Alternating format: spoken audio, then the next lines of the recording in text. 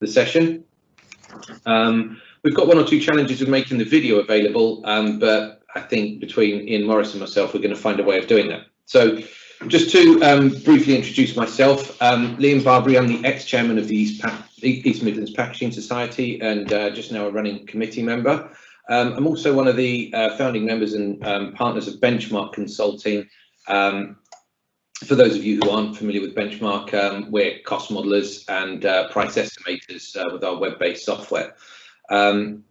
So the first thing to say, just to do with a bit of housekeeping, if you could all try and keep your lines on mute, please. If you could all, if you would like to ask a question, and we would really like it to be as interactive as possible. Ahmed's topic is hugely poignant and relevant to today, and really, really interesting. So if you can type questions here, so you'll all see that in the notes box. Please feel free to ask any questions as we're going through, and what I will be doing once I mute my line is trying to just keep track of all those questions, and then I can put those to Ahmed at the end of his presentation. Okay. So without further ado, I'm just going to pass you on to Ahmed. As a quick introduction, Ahmed's become a very good friend and colleague of ours at Benchmark Consulting. We've done our best to support and learn from Ahmed over the last sort of couple of years. But I have to say, I got in touch with Ahmed maybe a couple of years ago, just more or less by chance. And both his project and Ahmed as a personality are hugely infectious. And it is absolutely the right thing that Ahmed is doing for our planet, for our industry, and everything in between. So I really hope you enjoy meeting, at least online, Ahmed for the first time and learning about what Ahmed's working towards. As said, any questions, please post in the comments box. But from here, Ahmed, I'll pass on to you.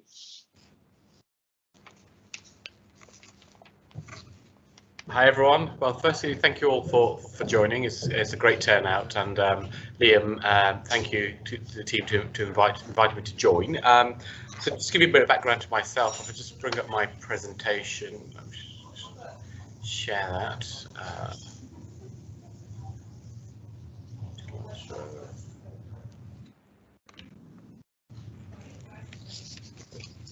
Can everyone? I'm assuming everyone can see the presentation.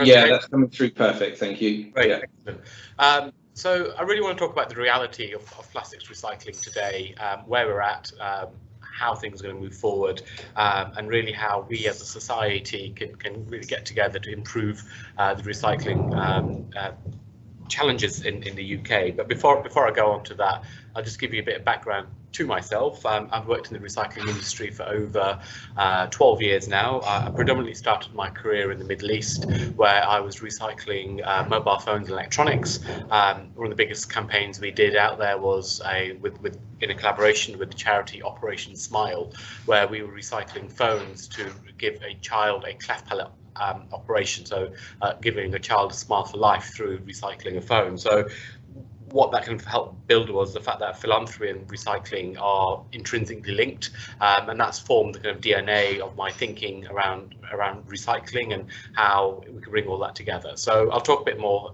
detail about that. Currently, we are in the process of building a PET recycling facility in the northwest of England at a site called Protos. We should get planning permission approved over the next couple of months, and the work will commence on that facility. And I'm currently also looking at expanding that with a site either across the Midlands and Scotland as well. So we're really dealing with the plastics or PET waste plastic issue with our own recycling facilities. So in terms of what I'm going to cover today, I'll go through the plastic waste problem, the global issue. I want to kind of hone in on what that means for the UK. Talk about what are local authorities doing and how that is contributing or bettering the actual problem. Talk through a bit more about the opportunity as to where we see the recycling industry going. I'd like to talk about geopolitics and some of the legislation that's actually been put in place to help raise our recycling rates. And then I'll touch upon our approach to circular economy, the bigger impact of social impact, net zero, decarbonisation, and then I'd like to finish off with a discussion session around social impact on DRS or deposit return scheme, bringing back to the kind of notion of recycling and philanthropy. So that's the key areas that I'd like to cover off. By all means, send across any questions, and I'll answer them as we go along or at the end. So in terms of the global waste issue, it's become a huge part of media now. We've got the Ellen MacArthur Foundation, Sir David Attenborough, National Geographic, all covering plastic waste, and the problem's getting bigger and bigger. Predominantly, we are in such a fast-paced society. I mean, aside of the pandemic and the restrictions, there's so much plastic waste being produced, and with populations increasing, naturally consumption levels are increasing, and we're seeing the churn of plastic throughout. One of the biggest problems we're facing is just the amount of plastic waste that is unaccountable for, and some of the statistics are saying that there's only 9% is actually being recycled from the actual 8.3 billion tons that's produced, which is nothing, absolutely nothing. And we're seeing forecasts say that 8.3 billion is going to go up to we're going to see up to 12 billion tons of plastic hitting landfill, of which 9 million will actually enter our seas and oceans. We're already seeing currently at the moment the trauma of COVID, but also the impact of PPE equipment and various things ending up in landfill and the oceans as well. So it's a real issue. I guess what we're fortunate is that it's now become public knowledge, and it's something that everybody is aware of, and we're united. So because of that, and because of the publicity around it, people are taking the issue a lot more seriously, and there are some solutions, and there is a route forward to resolving some of the issues. Personally, for me, I think one needs to improve their relationship with plastic in order to actually help recycle. I mean, for me, PET recycling or PET plastic material, I liken it to rubber in tires. It's going to be around for a very long time. We can't get away from it. We can look at different product mixes, but ultimately food and packaging, which is across society with different members of society, it has to be kept at a price point that makes food affordable. So therefore PET as a material will fulfill that need, and I believe it's going to be still part of our lives for the next couple of generations to come. And the only way we're going to resolve that is actually better our relationship with PET, and learn how it can be recycled and how it can be recycled with other material as well. So in terms of the UK plastic waste issue, I mean, we're on par with the rest of the world. There was a recent study by Circular Online magazine which said the UK is number 2 in terms of the amount of plastic waste produced per person. We're just behind the US. So they did a study of over 20 countries, and that's what we're producing as the UK. What we've got a problem is obviously the reliance on plastic waste. So we look at, I think, contributors such as Amazon, also personally, I think, contribute to the waste problem. Stuff that we order comes in. I've ordered three things from Amazon, for example. It's come with 3 different plastic packages wrapped in boxes when they could have been sent in one box without the need for any of the material. So we as a country are producing a lot and relying on that as an issue. What we're seeing is we've got a lack of a deposit return scheme in England. Scotland are looking forward to doing this next year, but because of that lack, we can't promote any circular economy best practice, and especially with the fact that what we have is our export issue. We export they say 700,000 tons, but there's probably more waste than that that's actually exported, and that's a major problem. Again, and what's been fortunate is that the Environment Agency is now getting involved and actually looking at an audit trail and understanding where plastic is ending up, what's going to landfill, what's actually being recycled. So, but at the moment, yeah, we're nowhere near the recycling rates for example, from our neighbours in Northern Europe. In terms of local authorities, we've got two major collections. We've got household waste and we've got commercial waste. The big problem we've got in the UK is that each local authority has its own approach as to how it collects the material. So some local authorities will collect waste, curbside waste, household waste themselves, and then they will potentially separate it and provide it to processors like us. Others will actually recycle. We'll appoint a waste operator, a biffer or somebody else who will take that waste, and then they will have their own segregation method and style. So the problem we have is we don't have one uniform style in the UK as to how we recycle our waste. So, and that causes a number of problems as well, because that's where the lack of audit comes in, the lack of audit trail comes in, and different organisations will do different things. And a number of organisations have been exporting that waste and actually processing it locally. But how to manage that is very difficult, because each and every local authority will have a different style. So we've spoken to some local authorities in the Midlands. They have their own recycling trucks. They collect that and then they bale all of their plastic waste together. So you have one bale which will have high density plastic, mixed plastics, PET plastics, and then they pass that on to an operator. The waste, the local council that we're dealing with in the northwest, for example, they will separate. So they will collect. They work with a third-party waste management company. That waste management company then actually breaks out the bale plastic into a PET bale, a HDPE bale, and also any other material. So, as a waste operator, as a recycling organisation, it's very difficult to understand, what material are we going to be getting from these organisations, because there's just no uniformed approach or structure. The other thing is that there's also a disconnect between how local authorities collect curbside and on-the-go waste. We're seeing again much higher statistics on-the-go waste in the country, as in out in the streets versus home as well. So whilst there are rules and processes in place, there's no one single uniformed strategy. And I think because of the disjointed approach, until that becomes a countrywide approach where every organisation, every council does it one way, we will continue seeing waste end up in landfill or waste being exported.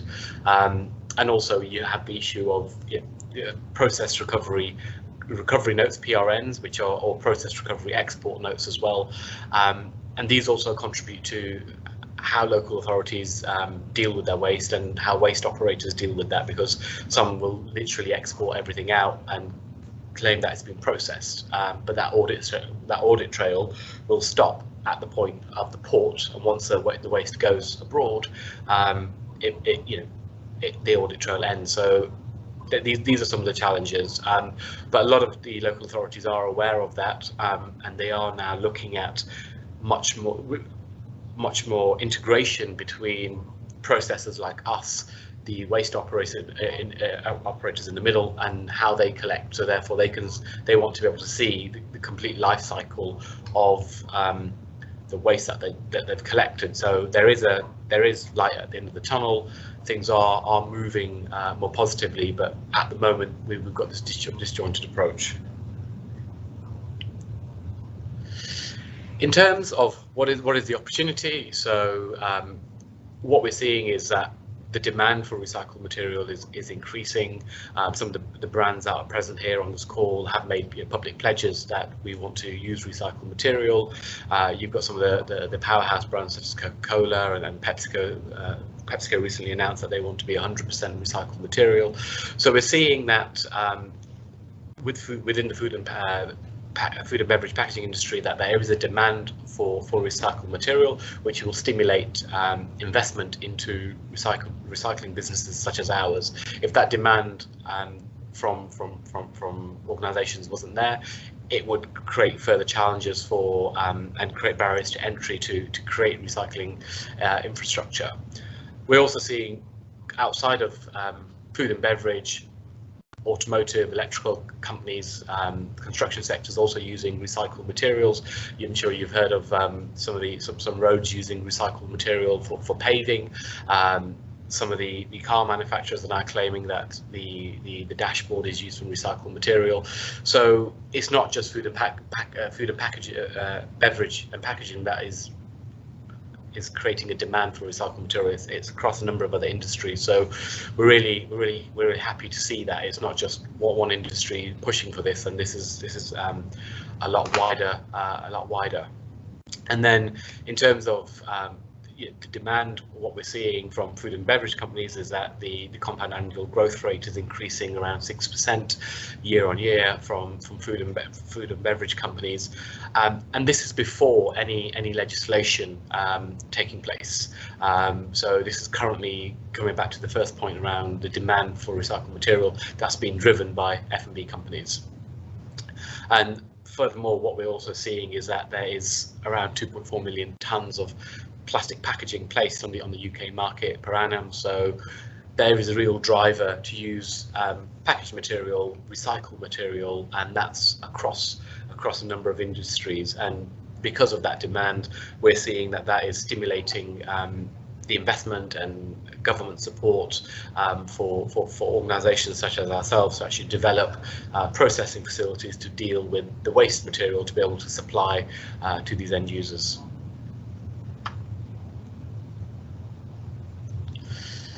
In terms of geopolitics and policy, I've mentioned earlier the challenge of exporting our waste. We've all seen that now. China has stopped and India have stopped taking the waste from the UK, and also other Southeast Asian countries have followed China's lead. That's been really good because it's enabling us to have to deal with our waste locally.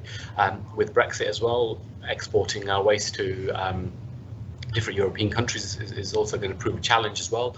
So there's a real driver now to have to actually look after and resolve our own waste issues and deal with them at home as opposed to sending them abroad, and using the PERNs as a way of saying we've recycled or we've processed the waste. So there's a big issue there, that the export is going to change the dynamic of the marketplace in the UK.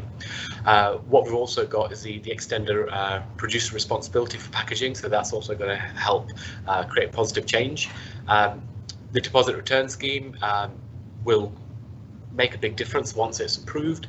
Scotland has approved theirs, and that will be going live in July 2022.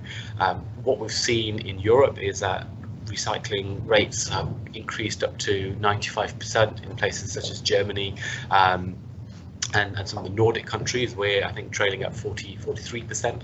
So this is a great change that is going to improve our recycling rates and hopefully deal with our on-the-go recycling issues as well. And we've also got the plastics packaging tax as well, and that's one of the key things that we believe that's going to drive processes such as ourselves to actually grow and meet market demand. Historically, what we've had is processes like ourselves get really impacted by being compared to oil pricing and virgin product. And historically, we're talking 15 years ago, recycling businesses going bankrupt because the oil price crashed, and because of that crash, they weren't able to produce the product because it was simply purely a price-based decision. plastics packaging tax gives organisations such as ourselves the confidence that it's no longer a pricing discussion, in that it's now mandatory to look at recycled material. And price is obviously an important element, but we've got a number of other factors that will contribute to the actual supply of this material, and it's not just a comparison against virgin. So because of that packaging tax introduction, we believe that there'll be much more implementation of processes like ourselves. And for us, we can see the forecasts giving us a confident outlook to develop at least 3 recycling facilities to help deal with the actual demand for recycled material, but also process that recycled material as well.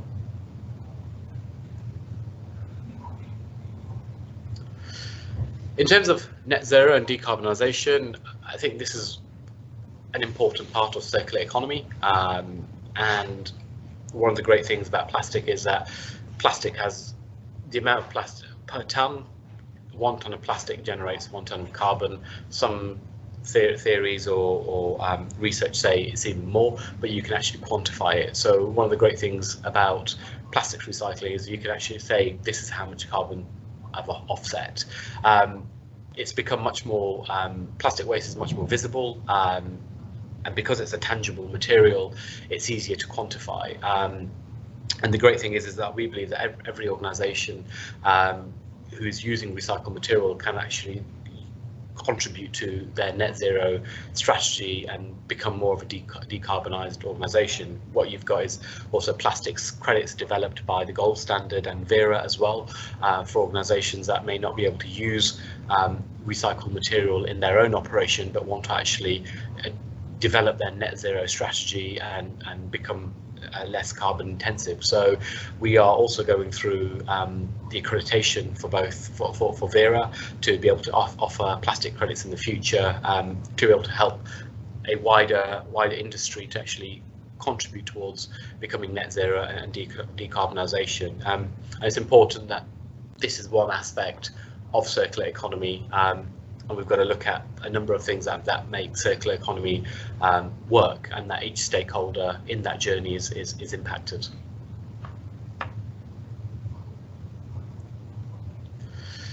In terms of our approach, we look at circular economy in that we look at each stakeholder.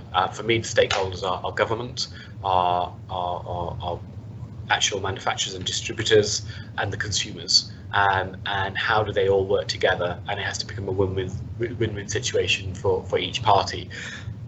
We focused on PET as that material because we believe it will remain a de facto material in food and beverage for a very long time, and it reaches the biggest audience that we are all impacted by food and beverage. Other products have niche consumer base, whereas food and beverages is the kind of one that spans across all aspects of society. And what we're looking to do is create that ecosystem by looking at social impact, which I'll come on to in our next slide.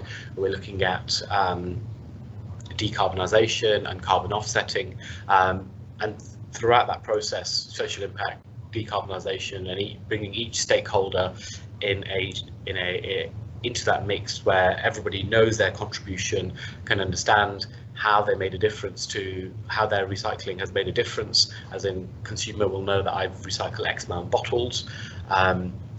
Brands can say I've utilised X amount of recycled material. We can show how much carbon has been offset by avoiding anything going to landfill, but that can only work if we're all working together, and it's a very transparent process. In terms of deposit return scheme, as I mentioned earlier, the UK is reviewing this process. DEFRA is out for consultation, which we're submitting next week, our response. What we've seen is in Europe that the deposit return schemes actually make a huge difference. And it's increased their recycling rate significantly. One of the things that we're doing is we're partnering with the University of Lancaster and their Global Centre of Eco-Innovation to sponsor a Masters by Research to look at deposit return schemes and how effective they are if there isn't a monetary reward. The recycling, the legislation for DRS in Europe works because that €1 bottle is €1.20. So therefore that impact and that increase in price makes a big difference to the consumer. So it's almost obligatory that they go and recycle, and they have to because the price has increased. It's not out of, it's forced upon them. What we want to understand is, outside of a monetary reward, what else can actually motivate people to recycle and use deposit return schemes? Because what we've seen is a bit of a failure in trials of deposit return schemes in the UK, where I think Tesco put out a trial historically, as did Iceland, which got pulled. We've seen short cycles of deposit return scheme success, for example, at Glastonbury Festival, where they've been put up at the end of the festival, and we've seen a lot of young children collecting plastic waste to get vouchers, and also we've seen some success in places like Alton Towers, but they are very unique environments. If you're at Alton Towers, naturally, we've seen that the price of food and beverages is a lot higher than in other places. So if you've got the opportunity to recycle there, you will to offset against your next purchase. So it's a very convenient place to actually to recycle, but that's not the reality, and that's not how we live our day-to-day lives. And what we're trying to understand is, how can we make recycling habitual on the go if there isn't a deposit return scheme? Because at the moment it's targeted for 2023, or if not beyond, and that's something that we're doing some further research on. So a bit about Enviroo. What we're doing is we're collecting PET baled material from either waste operators or local councils.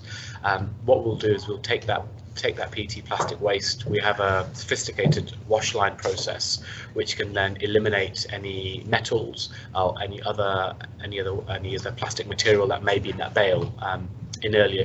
I mentioned earlier that we may get a mixed bale, which will have different types of plastic. So we have a process which will segregate PET material and the other baled other plastics. What will happen to that other plastic material is it will be sent to our local partners on our site, which will then create hydrogen electricity, and we will take the PET and process that through into a flake. That flake is then produced, it's then taken into an extruder, and we will create polymers. Ultimately, those polymers are then purchased to create pre-molds, which are then created to creating bottles. So in essence, our primary business activities is bottle-to-bottle recycling. Because of the sophisticated wash line, we can take mixed materials, and that material we then segregate and send to other partners for recycling. So whatever we take, we will recycle 100% and give our customers a full audit trail of where the cap has gone, what's happened to the label that we've not been able to recycle, and what's actually happened to the PET bottle. And that's the approach we take to recycling. And then in terms of our process, again, this is just another visual. So our focus is PET. We obviously segregate that, and we create flakes. They're turned into polymers, and then we offer that out. So this is just another visual to the process below that I've just discussed. And then in terms of conclusions, we really need some transparency in the UK marketplace. We need some real unity around the process across at a national level to help recycling actually take place, and for processes like us to get access to material easily and of high quality to be able to provide the end product to organisations. The Basel Convention again is going to, and also the banning of China and India and organisations is going to create some further restrictions. That restriction will help also stimulate local recycling and processing. What we're seeing is an increase in demand for recycled material, and that's been supported by the brands, and there's been brands, major FMCG brands have made public declarations regarding the utilisation. We're also seeing regulation come in, and that's going to improve the recycling industry, bring some transparency, bring some auditing, and really bring some ownership to the industry. And ultimately, this will contribute to local supply, because currently a lot of the manufacturers that I've spoken to import food grade polymers simply because the available supply in the UK is not available. But we're hoping that regulation will contribute to that. And ultimately, the innovation side is, with the implementation of a deposit return scheme, what we'd like to do is ensure that the deposit return scheme helps on-the-go recycling, but ultimately it helps with transparency and quality of material, so that the material that we produce can actually be fully utilised. That reduces the environmental impact as well of not having to wash and process multiple plastic streams to get the same product as well. So ultimately, what we see is that the recycling industry, whilst it's had a bad press and there has been a lot of negativity around plastic recycling, there is a real unity amongst brand owners. There is regulation to support this, and processes like us getting together and understanding what the challenges are and looking at solutions. So I believe the next 3 to 5 years we'll be in a position whereby our recycling rates are hitting the 90 to 95% and bring us in line with Europe and the rest of the world. So that brings me to the end of the main presentation on the recycling industry and where it's going.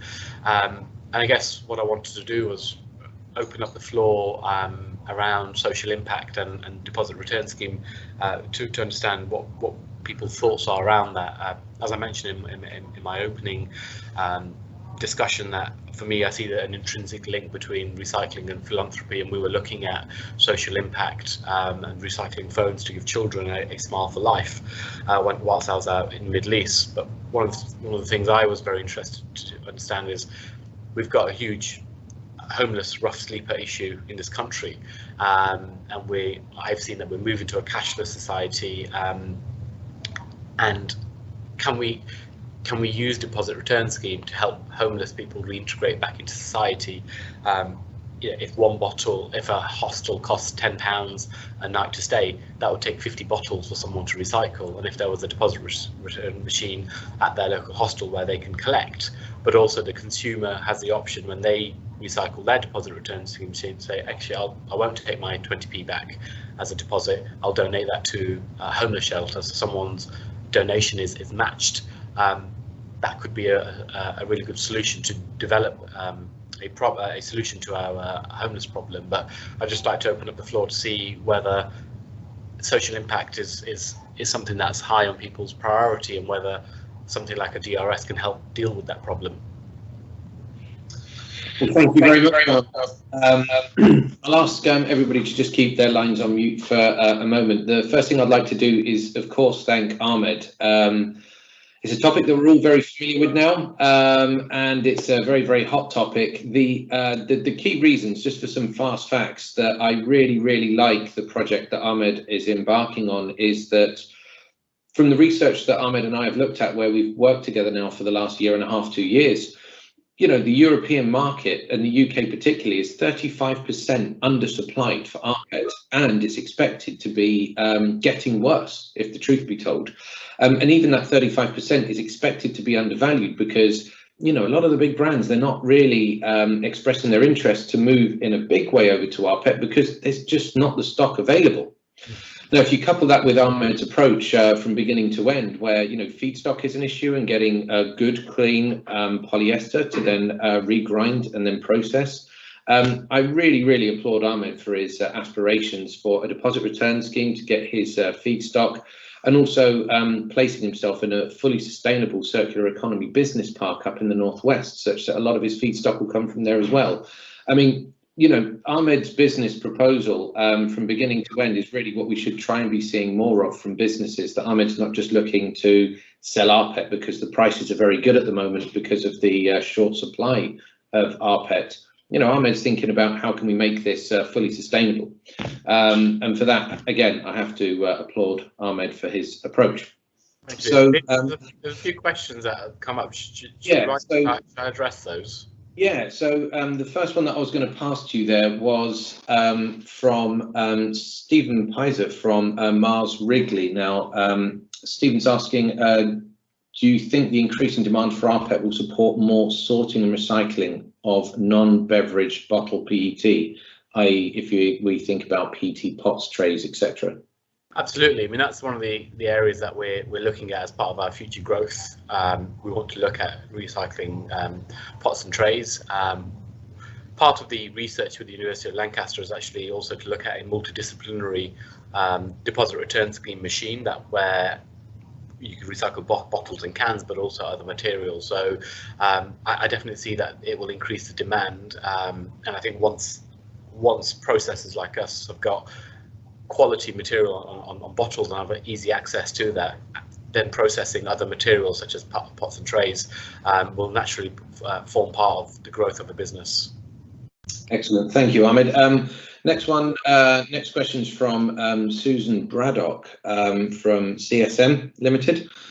She said, where does the figure of 1 tonne of plastic equals 1 tonne of carbon come from? I know there's a number of different answers for that same challenge there, but what was your source? So we used both Vera and the Gold Standard, who are the carbon credit or plastic credit regulatory bodies, and they kind of give that as a rule of thumb.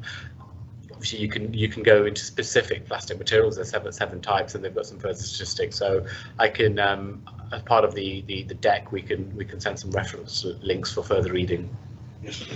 Yeah, I think that would be really welcomed, Ahmed. If you want to send that to me, I'll be distributing the slide deck after this session. That would be really interesting. Now, the next one is a multifaceted question from Michael Bonin from one of my old customers, Saputo Dairy. Michael, I'm tempted to ask you to unmute yourself and pose your question, because it's so it was really just about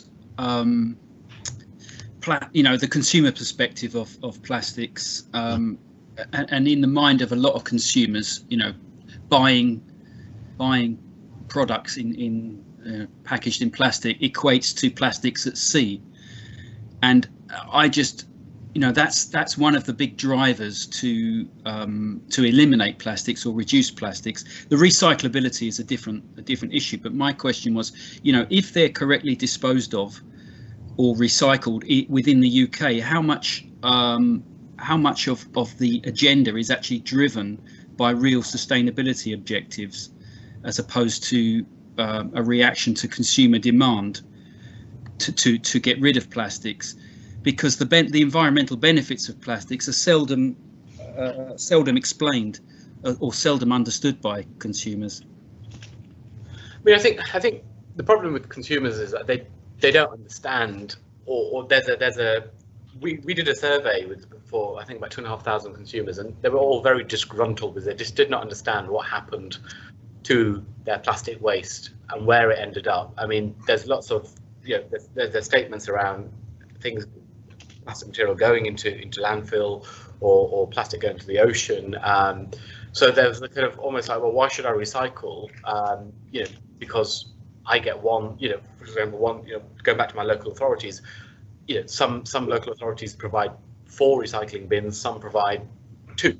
And people are, the challenge was, well, what actually happens to my specific waste? And I think that's where what we're trying to drive is that transparency. Say, well, if this is what's going to happen to your PET, we can show you the journey of your plastic bottle, especially if something like a deposit return scheme comes in where it's all electronic, it's scanned, and they have an app to say, okay, well, this is my bottle. It's I can track the journey.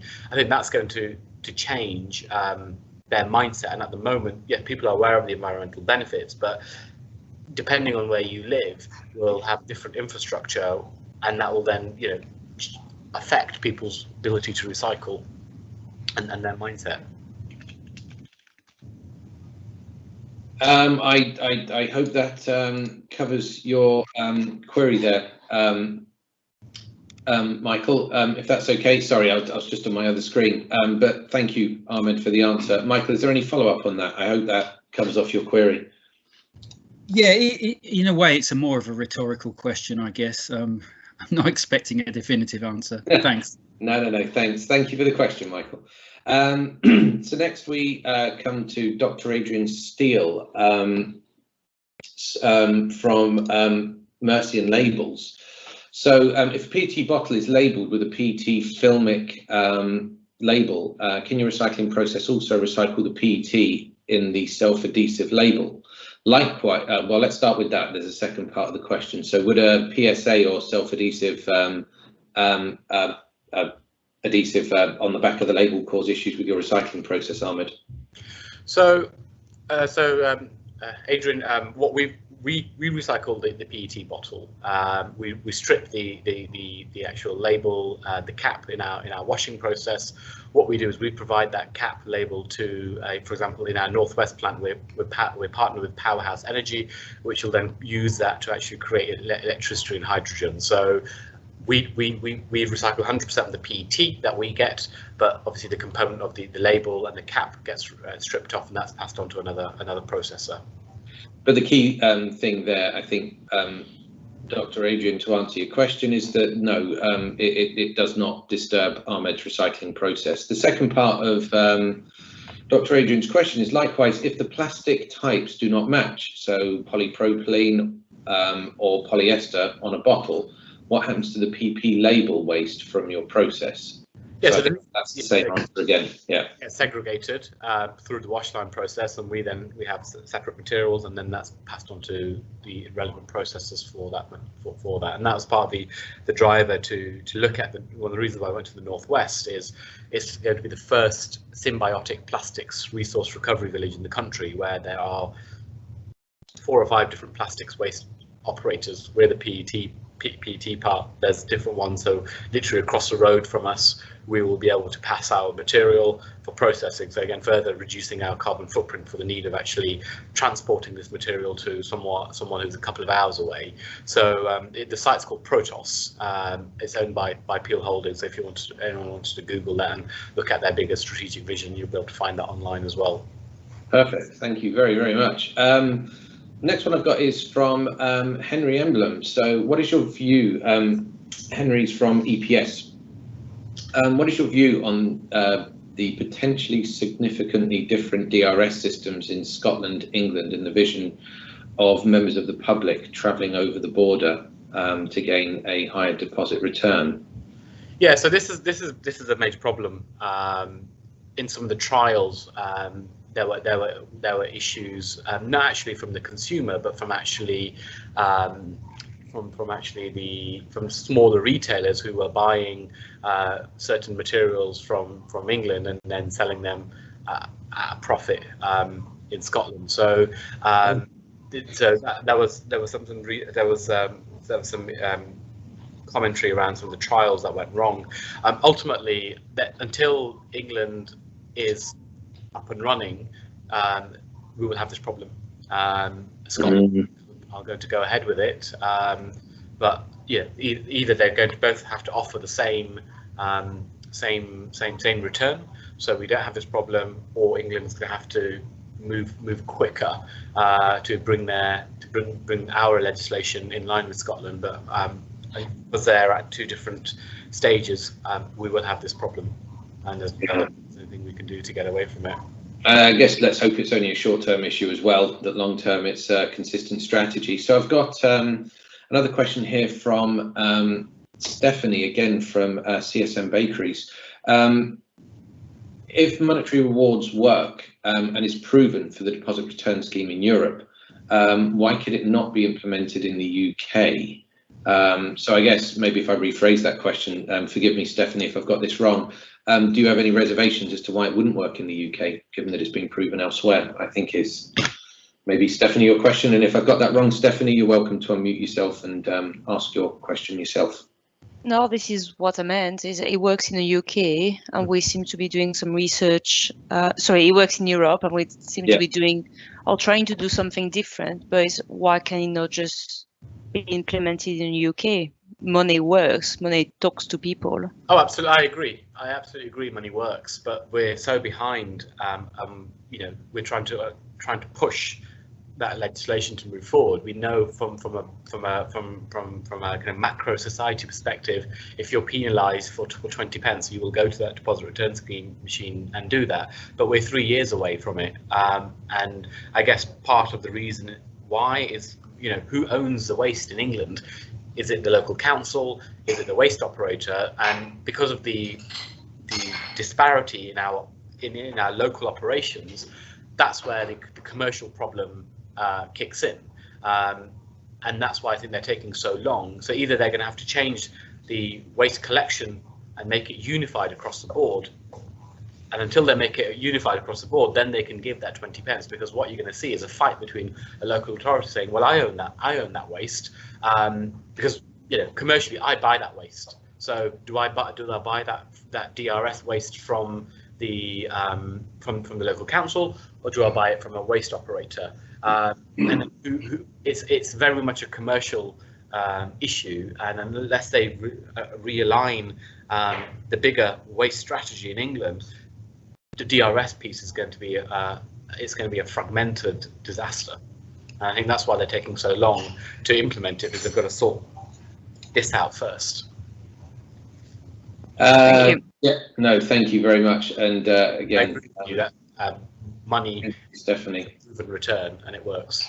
And I'm really inclined to agree. I think if you give something a value, people won't discard it on the floor, will they? And if that monetary value can go to help the sleeplessness, so the sleeping rough, I think it's perfect. And then just one note of support from Anne from Park Cakes Limited, to say she likes to think that the DRS system would help rough sleepers. Yes, and Henry makes a comment that we hope is not true, that the HMRC will keep any tax revenues from the packaging tax and not pass it back. But well, let's. I'll remain the eternal optimist, Henry. Let's see how that plays out. When do you think local authorities will adopt a common approach to recycling? From Treasurer. I think there needs to be one or two local authorities that can really lead the way, so that they could be the example.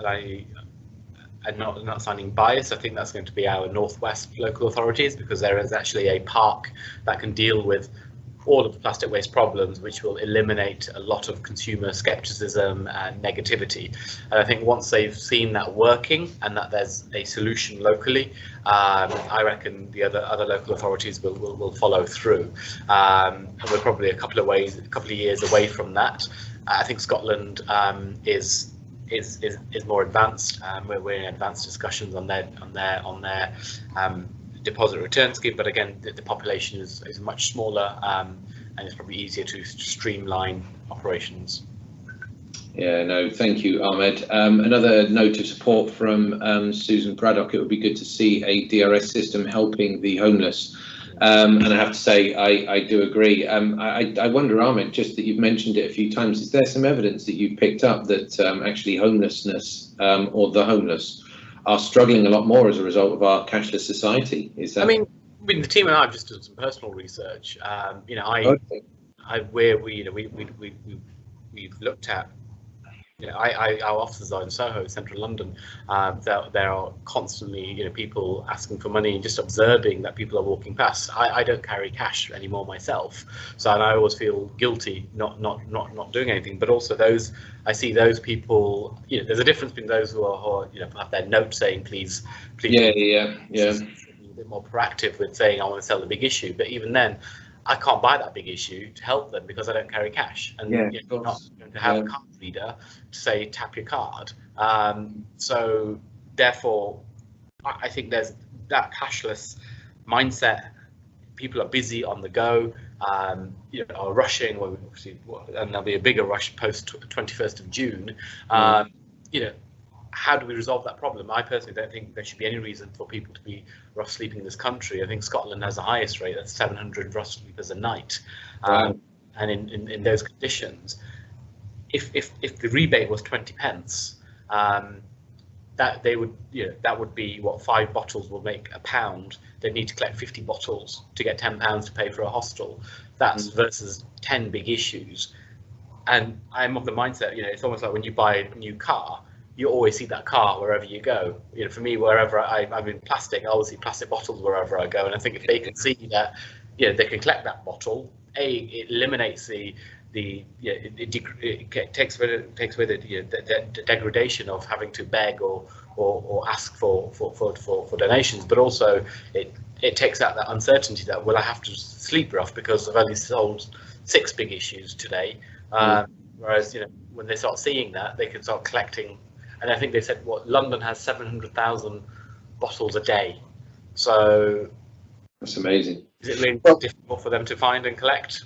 I'm just going to cover off the next say question here. Jane Bear from Ferrero has made a comment here. I'm not sure how big the deposit return scheme would actually need to be to encourage people who litter in this country to not litter. A large number of teenagers certainly wouldn't care. I don't think, my side, Ahmed, that a deposit return scheme would stop people littering, but what it would do is encourage others to pick that litter up because it's got a monetary value, and I guess that's the hope, isn't it? So yeah, I mean, it's that 80-20, isn't it? Yeah.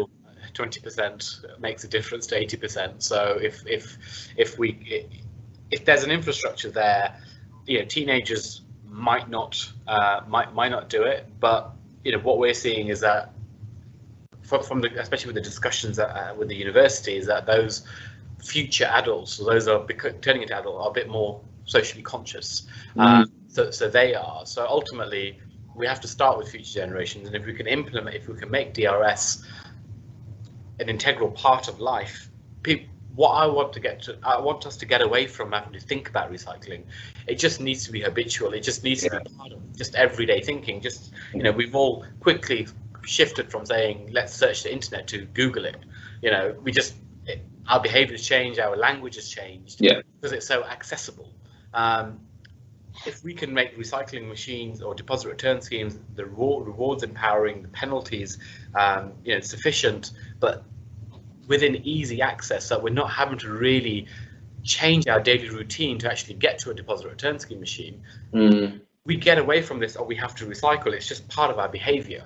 And when it becomes part of our behaviour, we do that because there are cynics in our society, like those who are anti-doing good, and we want those people to be part of it as well. So it's not just a feel-good or somebody who has to have consciousness about sustainability or environmental impact. If it can just be part of our day-to-day, it's just something we do. That's where we make that difference, and that's what I push.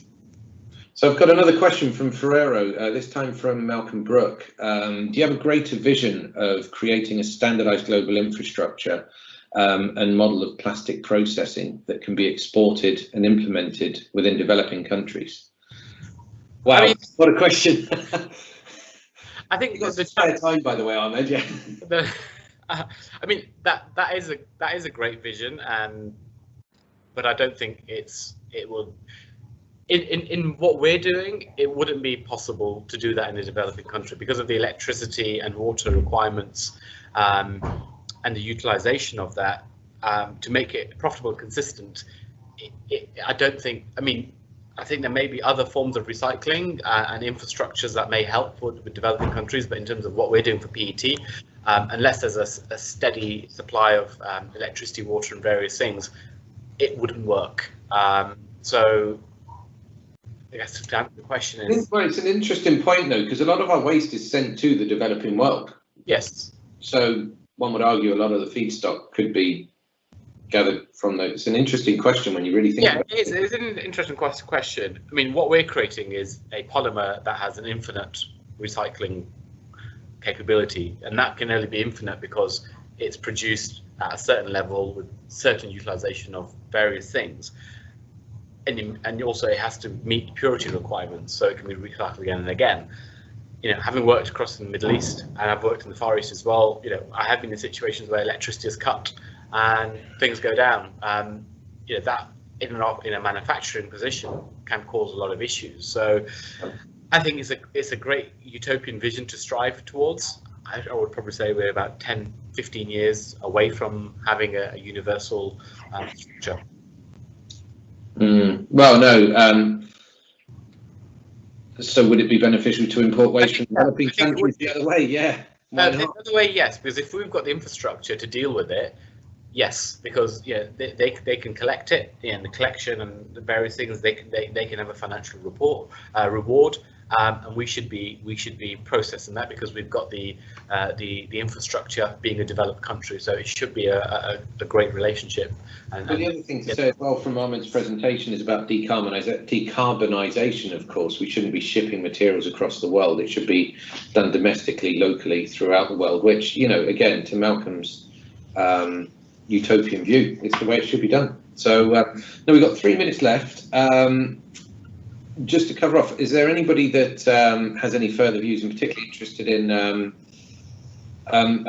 doing a bit of a thumbs up? So there's a raise hands button on your team. So if you, just to get a quick survey, if you could put your hands up if you think that, the solution that Ahmed's proposing to do with DRS, and if you think it would genuinely impact those that sleep rough, it would be really, really useful just to get a quick show of hands. So then, the survey that Ahmed's looking to understand, we can see that. So Ahmed, to give you a bit of feedback on that, I am seeing hands up from of our 60 participants, all of them pretty much. That's good to know. That it is unanimous. Seems mine, I should do it myself as well. 1 minute, here we go. There's my hands up. Yeah, so it's pretty much unanimous apart from a few people towards the bottom. It provides for those guys. So Keith Barnes, I know you had your hand up from before. Yes. The last 2 minutes. If you want to jump in with a question, you'd be more than welcome. Yeah, it's not a question. It's really trying to put more into our conversation. I totally agree with everything Ahmed has said, but of course it is totally aimed at PET, and there's loads of other plastics that will be recycled and are going other routes. In terms of collection, and I get this from every seminar I have been on, it all stops at collection and local authorities because they are not doing the same thing. And that is one of the questions that is before government as a part of the DEFRA consultation of last year. We have had comments back from government for more consultation, but of course, as people may know, an environmental white paper was supposed to come out, which has now been put off until the autumn. So I'm not really sure whether government are sort of hiding it. I'm desperately trying to talk to the right people there. I have written to my MP, and I'm hoping there'll be some answers. And also I'm involved with the CIWM, Chartered Institute of Waste Management, who have even more imperative needs to see local authorities all working consistently. And I think until that is done, we don't have this centre for collecting, which we all want. And of course, we need more recycling units around the country, and good for you for producing one in the northwest. But we need them all around the country, sadly, if we're going to catch up with everything. And we are looking at a site in Chesterfield. I was actually there yesterday doing a full audit. So we are looking at doing this regionally. It's important to do that, but I think some regions are a bit more unified than others, and I think as a business what we're going to have to do is cherry pick and say who are the ones unified, so we can actually work and create a smaller solution and ultimately then lead by example to make a bigger solution. I'm going to bring this to a close here, Ahmed. We're at the top of the hour. Just to say, Ahmed, thank you so much again. A great update, catch up and education really on the newest information that's out there on recycling. We do have another webinar next week with the Northern Packaging Society talking about sustainability, generally speaking. You'll be more than welcome if you are interested. Please contact Ian Morris and we'll get you invited to the Northern Packaging Society webinar next week. But again, thank you everybody for coming. I really hope you enjoyed it. We will be circulating the slide deck, and hope to see you all at a future webinar. But thank you and goodbye. Thank you. Thank you, Keith.